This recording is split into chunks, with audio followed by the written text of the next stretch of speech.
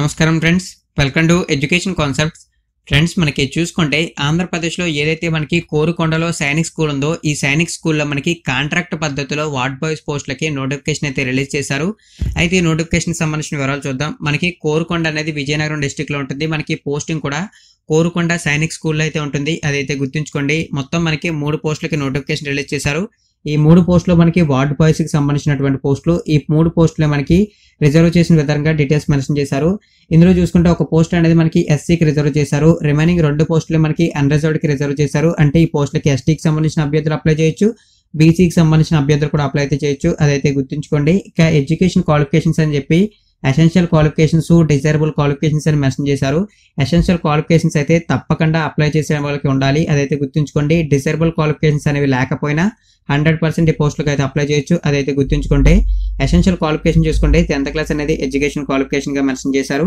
Desirable qualification లో మనకి degree అనే ఎక్స్పీరియన్స్ ఉండాలని చెప్పి మెన్షన్ చేశారు. మనకి డిజైరబుల్ క్వాలిఫికేషన్ లేకపోయినా 100% ఈ పోస్టులకు అప్లై చేయొచ్చు. అదైతే గుర్తుంచుకోండి.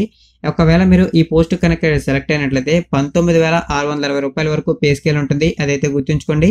ఈ పోస్టుకు అప్లై చేయడానికి మినిమం 18 సంవత్సరాలు, మాక్సిమం 50 సంవత్సరాలుగా మెన్షన్ చేశారు. అది కూడా మీరైతే గుర్తుంచుకోండి. ఇక మనకి చూసుకుంటే రెంట్ ఫ్రీ అకామిడేషన్, అదేవిధంగా మీల్స్ అనేది కూడా ఇస్తామని చెప్పి మెన్షన్ చేశారు. అది కూడా మీరైతే చూసుకోవచ్చు. అంటే మనకి ఈ పే స్కేల్ అనేది యాస్టేజ్ మన బ్యాంక్ అకౌంట్ లో ట్రాన్స్ఫర్ అవుతుంది, కానీ మనకి ఎటువంటి ఖర్చులు అయితే ఉండవు, మినిమం ఖర్చులు.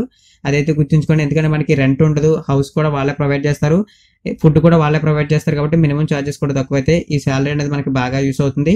అది కూడా మీరైతే గుర్తుంచుకొని ఏప్రిల్ 5వ తారీఖున సర్టిఫికేట్ వెరిఫికేషన్ అయితే ఉంటుంది. అదైతే గుర్తుంచుకొని మీ సర్టిఫికేట్స్ అయితే తీసుకుని వెళ్ళండి. అంటే 10th క్లాస్ సంబంధించిన సర్టిఫికేట్స్, అదేవిధంగా మీ బయోడేటాకి సంబంధించిన ఒక రిజ్యూమ్ లాంటి తీసుకుని ఏప్రిల్ 5వ తారీఖున విజయనగరం కోరుకొండ సైనిక్ స్కూల్కి అయితే వెళ్ళి సర్టిఫికేట్ వెరిఫికేషన్ అయితే చేసుకుని అభ్యర్థులు అయితే పోస్ట్ అయితే పొందగలరు. వీడియో కింద డిస్క్రిప్షన్ లో ఈ నోటిఫికేషన్ సంబంధించిన లింక్ కూడా ఇస్తాను.